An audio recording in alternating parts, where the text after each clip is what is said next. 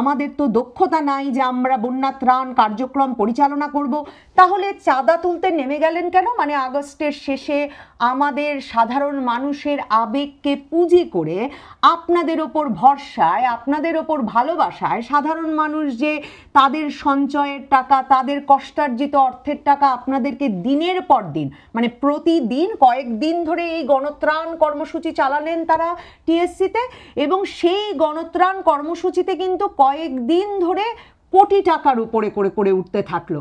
তো তাহলে এই ত্রাণ কর্মসূচি বা চাঁদা তোলার কর্মসূচি তখন আপনারা চালালেন কেন?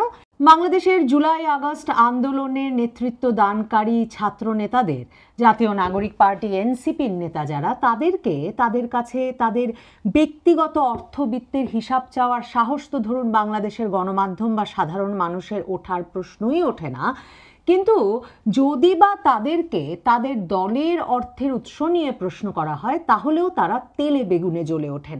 আর একটা টাকার কথা বাংলাদেশের মানুষ ভুলতেই পারেন না, কারণ সাধারণ বাড়ির মহিলারা সেই টিএসসির গণত্রাণ কর্মসূচিতে গিয়ে বৈষম্য বিরোধী ছাত্র আন্দোলনের ছাত্র নেতাদের এই বীর বিক্রমদের বীরত্বের ওপর ভরসা রেখে, তাদের দেশপ্রেমের ওপর ভরসা রেখে, সততার ওপর ভরসা রেখে গত বছর আগস্ট মাসে যে গায়ের গয়না খুলে দিয়েছিলেন, ছেলেমেয়েদের নিয়ে গিয়েছিলেন টিফিনের টাকা সেই গণত্রাণে দিয়ে আসতে, প্রবাসী স্বামীর স্ত্রী তার স্বামীর পাঠানো রেমিটেন্সের টাকা দিয়ে এসেছিলেন গণত্রাণ কর্মসূচিতে।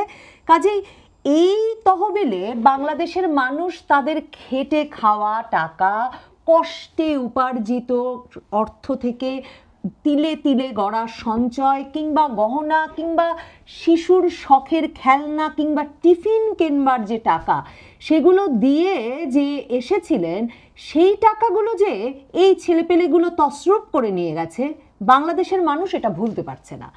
এটা ভুলতে না পারার ফলে ফেনীতে যখন সম্প্রতি তারা তাদের এই জুলাই পদযাত্রা কর্মসূচির অংশ হিসেবে গিয়ে উপস্থিত হলেন, বাংলাদেশের মানুষ সামাজিক যোগাযোগ মাধ্যমে আবার এই কথা তোলা শুরু করলেন যে আমাদের টাকা কই, আমাদের টাকা কই। কারণ দেখেন, আমরা যারা হিসাবের সংসার চালাই, যে যত টাকাই রোজগার করি না কেন, প্রতিটা পাই পয়সার সেখানে হিসাব থাকে, এবং সংসার চালাতে গিয়ে দেখা যায় যে একটা বাড়তি খরচ করা, মানে 2 টাকা দান করা, 2 টাকা দিয়ে একটা শখের জিনিস কেনা, এগুলো যে কত কঠিন, সেই অবস্থায় কিছুতেই আসলে ভোলা যায় না যে নিজের সন্তানকে একটা শখের জিনিস কিনে না দিয়ে আমি গণত্রাণ কর্মসূচিতে গিয়ে যে টাকা দিয়ে এসেছি, সে টাকা দিয়ে এখন ফুটানি করে বেড়াচ্ছেন একদল ছেলেপেলে, এবং টাকার হিসাব চাইতে গেলেই তারা তেড়ে ফুরে আসছেন।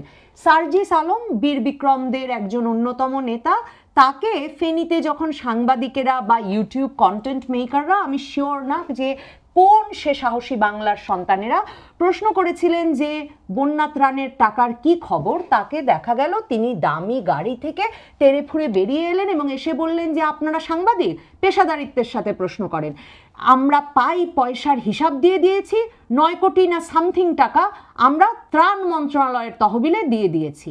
এখন পত্রিকা ঘাটতে গিয়ে দেখি হাসনাত আব্দুল্লাহ বলেছিলেন 16 থেকে 17 কোটি টাকা উঠেছিল সেবার টিএসসিতে। মানে সার্জিস আলম যাকে বলছেন 1 বছর আগের ঘটনা কিচ্ছু মনে নেই, মানে কোটি কোটি টাকার হিসাব কিচ্ছু মনে থাকছে না আর তাদের, এবং 16 না 17 সেটাও আবার হাসনাত আব্দুল্লাহ বলতে পারছেন না।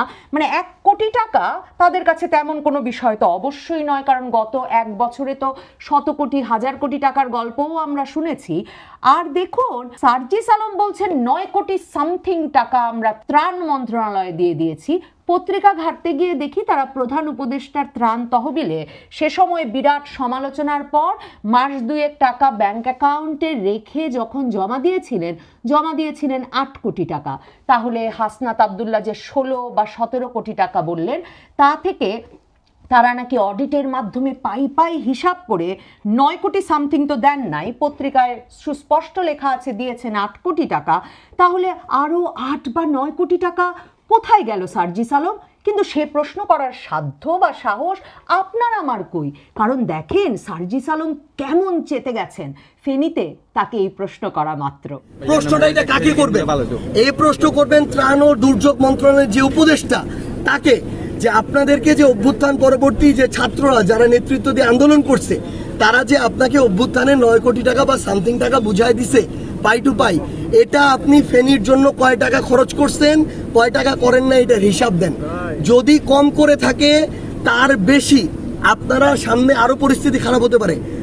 এটার জন্য লজিস্টিক সাপোর্ট যা যা তৈরি করা দরকার, এটা আপনারা আপনাদের জায়গা থেকে বুঝে নেবেন।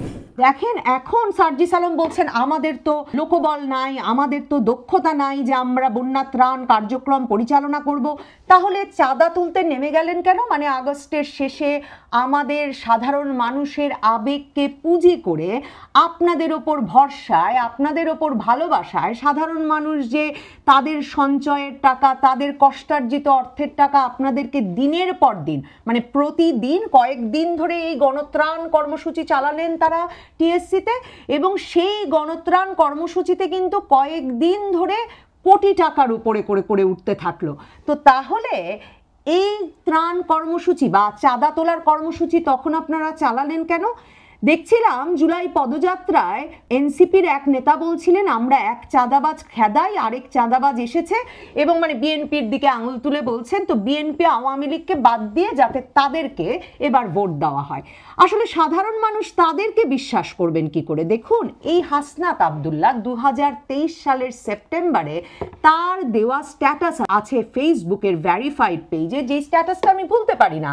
ঢাকা বিশ্ববিদ্যালয়ের একটা মধ্যবিত্ত নিম্ন মধ্যবিত্ত পরিবারের সন্তান, যেই সন্তান লিখছেন যে তার আত্মহত্যা করতে ইচ্ছা করে কারণ মাত্র 70 টাকায় ঢাকা বিশ্ববিদ্যালয়ে বা ঢাকায় জীবন কাটানো ভয়াবহ দুঃসহ একটা দিন মাছ বা মাংস দিয়ে ভাত খেতে পারেন না, সবজি দিয়ে ভাত খান।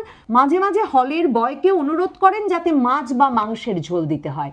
এই ছেলেপেলেগুলো, এই হাসনাত আব্দুল্লাহ 2024-এর 5ই আগস্টের পর কি জাদুর কাঠি হাতে পেয়ে গেলেন যে তারা, আমি দেখলাম খালেদ মহিউদ্দিনের অনুষ্ঠানে গিয়ে বলে এলেন যে প্রাডো গাড়ি চড়া, ভলভো গাড়ি চড়া, মানে আমি গাড়িগুলোর নামও মনে করতে পারছি না, এগুলো নাকি তার জন্য কোনো বিষয়ই না, কারণ তার অ্যাকোয়েন্টেন্স আছেন, মানে তার এরকম সঙ্গী আছেন যারা তাকে এ ধরনের গাড়িতে সব সময় চড়াচ্ছেন।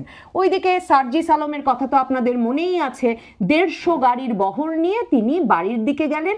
যেই ছেলে বললেন তাকে নাকি ছাত্রলীগ করতে হয়েছে, গলা কাঁপিয়ে কাঁপিয়ে বঙ্গবন্ধুর গুণগান করতে হয়েছে যাতে তিনি হোস্টেলের গণরুমে টিকে থাকতে পারেন, সেই সার্জিস আলম বললেন তার দাদার বাড়ির নাকি এত টাকা আছে যে 150 গাড়ি নিয়ে জনসংযোগ করতে নিজ এলাকায় যাওয়া তার জন্য কোনো বিষয়ই না। সে কথা আবার তার নিজ দলেরই কেউ বিশ্বাস করেনি। কাজেই শুনেছিলাম যে তার নিজ দলের ভেতরেই 9 ঘন্টার একটা বৈঠক অনুষ্ঠিত হয়েছিল, যেখানে এই কিছু কিছু ছেলেপেলে এত টাকা কিভাবে বানাচ্ছে তা নিয়ে তর্কে 9 ঘন্টা কেটে গিয়েছিল। সেই বৈঠকেই কারণ দর্শানোর নোটিশ দেওয়া হয়েছিল সেই গাজী সালাউদ্দিন তানভীর নামের সুফি দর্শনের বৈষম্য বিরোধী ছাত্র আন্দোলনের সমন্বয়কটিকে, যে কিনা পাঠ্যপুস্তক বোর্ডে কাগজের কমিশনের ব্যবসা করে 400 কোটি টাকা না কয়েকশো কোটি টাকা হাতিয়ে নিয়েছিল বলে ইনকিলাব রিপোর্ট করেছিল। এখন দেখেন, সকলেরই এদের এমন অ্যাকোয়েন্টেন্স, এমন সহযোগী সহকর্মী, বিরাট প্রভাবশালী পরিবার আছেন বা হয়ে গেছে 2024-এর 5ই আগস্টের পর, যে 28শে ফেব্রুয়ারি এই জাতীয় নাগরিক পার্টি এনসিপির আত্মপ্রকাশের সময় যখন 50টির বেশি বাস ভাড়া করে সারা দেশ থেকে তারা লোক আনলেন, মানিক মিয়া অ্যাভিনিউতে বিরাট ঝলমলে আত্মপ্রকাশ অনুষ্ঠান করলেন, তখনও বাংলাদেশের সংবাদ মাধ্যমের তো সাহস হয়নি অবশ্যই গণ অভ্যুত্থানের এই বীর শ্রেষ্ঠ নেতাদেরকে প্রশ্ন করার যে কারা আপনাদেরকে এমন ঝলমলে অনুষ্ঠান আর এমন বিরাট স্টেজ আর এত এত গাড়ি নিয়ে সারা দেশ থেকে দলীয় নেতাকর্মীদের নিয়ে আসার ব্যবস্থা করার টাকা দিল। কিন্তু তখন রয়টার্স, আন্তর্জাতিক সংবাদ মাধ্যম, নাহিদ ইসলামকে কিন্তু প্রশ্ন করেছিল যে টাকা কোথা থেকে আসছে। নাহিদ ইসলাম তখন বলেছিলেন প্রভাবশালী ধনী ব্যক্তিবর্গ তাদের টাকা দিচ্ছেন, কিন্তু সেসব ব্যক্তির ক্ষতি হতে পারে, নিরাপত্তা কথা বিবেচনা করে তিনি নাম প্রকাশ করতে চান না। নাম না প্রকাশ করার কারণ আছে, কারণ সামাজিক যোগাযোগ মাধ্যমে কানাঘুষা আছে যে বাংলাদেশের সর্ববৃহৎ শিল্প প্রতিষ্ঠান, শিল্প গ্রুপ বসুন্ধরা গ্রুপ কয়েকশো কোটি টাকা দিয়ে তাদের এই দলের আত্মপ্রকাশ অনুষ্ঠান থেকে এখন জুলাই পদযাত্রা পর্যন্ত চালানোর ব্যবস্থা করছে। কথিত আছে যে আমাদের যিনি বাণিজ্য উপদেষ্টা শেখ বশির উদ্দিন, আকিজ বিড়ির আকিজ সাহেবের ছেলে, আকিজ বশির গ্রুপের মালিক, তার বিরুদ্ধে তো হত্যা মামলা ছিল, তার ভাইয়ের বিরুদ্ধেও ছিল। তার ভাই ছিলেন আওয়ামী লীগের সংসদ সদস্য। কয়েকশো কোটি টাকা বৈষম্য বিরোধী ছাত্র আন্দোলনের সমন্বয়কদের হাতে দিয়ে তিনি সব বৈষম্য ঘুচিয়ে দিয়েছেন, এবং ঘুচিয়ে দিয়ে তিনি বাণিজ্য উপদেষ্টা হয়ে বসেছেন। কাজে এমন ধনাঢ্য প্রভাবশালী নানা ব্যক্তিবর্গের টিকে থাকতে, বেঁচে থাকতে, নিজেদের ব্যবসায়িক গ্রুপ টিকিয়ে রাখতে, বাঁচিয়ে রাখতে নানাভাবে এই দলটির রাজনীতি করবার পেছনে টাকা ঢালতে হচ্ছে, এবং তাতে কোনো অসুবিধা নেই। কিন্তু এই ছাত্ররা যখন গলা ফুলিয়ে আপনাকে আমাকে বলতে আসে পাই পাই পয়সার হিসাব আমরা দিয়েছি, আওয়ামী লীগ চাঁদাবাজ, বিএনপি চাঁদাবাজ, তারা নাকি সৎ এবং সে কারণেই নাকি তাদের ভোট দিতে হবে, তখন বাংলার মানুষ, যে মানুষ তাদেরকে গয়না খুলে হাতে তুলে দিয়েছিল, তারা আর তাদের বিশ্বাস করে বলে আমার মনে হয় না।